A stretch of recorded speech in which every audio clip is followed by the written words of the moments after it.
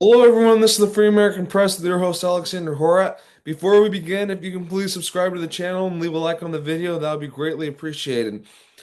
So today I'm going to be talking about something that's pretty scary, and that is many Americans can't even afford to keep the electricity on. There's actually a rising rate, and Americans are hugely in debt, and we also see other problems causing Americans to lose jobs. So first, I'm going to get into the article. So more Americans are getting their power shut off as unpaid bills pile up. People's power was shut off on November 13th because of $602 in unpaid bills. So basically, they lost their 20 an hour excavation job in northeastern Pennsylvania, and they weren't able to pay their bills, their power bill because of that. So they had to get discontinued in power. And this has happened to a lot of Americans who are basically in a debt slavery. It says U.S. consumers are carrying an average of $105,000 in debt. So Americans are in huge debt. So when they can't afford to pay their debt or their bills, like electricity bills, like people lose power. So here, so Generation Z, $3,400 in credit cards, and this is the average, right? 250,000 in mortgages. Average without mortgages, 39,000. Millennials, even worse. Gen X, even worse. And then finally, with baby boomers and the silent generation, which are getting pretty old, there only then does their debt without mortgages go down, and their actual debt with mortgages goes down as well, but it's still significant. So when you can't pay your debts, when you can't pay the electricity bill, that's going to cause huge problems. And American savings are being inflated away. The U.S. inflation rate. So I don't know if I believe this chart perfectly. It seems like things have inflated by a much bigger percentage than this. But of course, during COVID, we saw the inflation 7%, 6.5%. And now they're saying the inflation rate for 2025 is 3%. So that still means that your dollar is losing 3% of its value every year if we take the average inflation rate.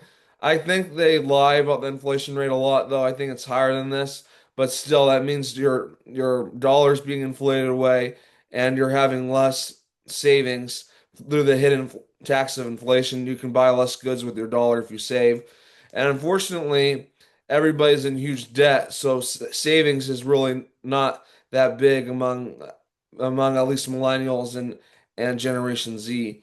And we have another huge problem, and that is AI is already taking white collar jobs. Economists warn there's much more in the tank. So, across banking, the auto sector, and retail, executives are warning employees and investors that artificial intelligence is taking over jobs. So, we've seen like artificial intelligence and robots take over basically the self checkout. That's one thing that they took over. Most of the checkouts in stores now are self checkouts. They have much less real person checkout people. So that took a lot of jobs. And now they're taking over like internet jobs like crazy that AI can do now, customer service and things like that. So you're not even talking to a real person anymore. You're just talking to a robot. And it's going to become worse because robotics and robots are going to be able to do pretty much every job on the planet once they get their AI good enough. They're going to be able to have robots do all this work. And so let's just see what AI says, the being taking over all our jobs. It says if robots take all jobs, the economy could face mass unemployment and increased wealth concentration. So basically, what that means is that we're going to see wealth concentrated in whoever controls all these robots. So is it going to be a lot of mom and pop people owning these robots and a lot of small companies? No, I doubt that. Most likely, they're going to be huge monopolies on the robot market, and they're going to control what the robots do and what the AI does. So it says right here, it says reconstructing of how people are supported, such as through a universal basic income. So basically, the government or corporate fascism, these large corporations backed by the government, are going to be controlling every aspect of your life. They're going to have the robots do basically all the work, and you're going to get a universal basic income check. But if you do something against the government says, or do something that the government doesn't like, then they're going to get rid of your universal basic income check, and then you'll starve. So this is putting way too much power into government. And I know people say government's great. they've been doing great things for the people.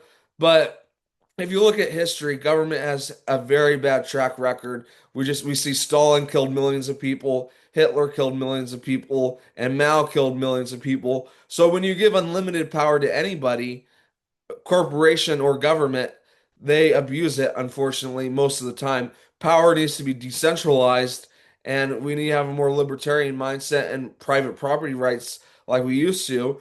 So I really commend the Amish people for basically staying out of all this. They've been able to have their farms, feed their families, and have a good social life with other Amish people. And I think they're really good people in showing how they can survive without the modern stuff. And I think basically we need to stand up against these robot machines, or we need to have it decentralized. Like it could be a great utopia if people didn't have to work at all and have robots do all the work, but it could also be a dystopia if they basically have these robots doing all the jobs and basically you get your check only if you do what the government says. And we already see that there's a lot of government, like the Georgia Guidestones, which was created by a very rich person. It said they wanted to lower the population to 100 million. We already see U.S. birth rates going down. They're less and less need of us, and they're making robot. They want to make robot armies eventually, so they'll have much less. So we might have a robot police officer, and basically, there's going to be no say in people anymore. So it's very scary. And I think people need to not go down this road because this is a very dangerous road, uh, or at least make it more decentralized and have it less power on the top, have a lot of different robot companies. But I digress. So I definitely want to say thank you for watching this video. Please share it with your friends. This is very important. Please subscribe to the channel and leave a like on the video. And I hope you all have a great rest of your day. Thank you. Goodbye.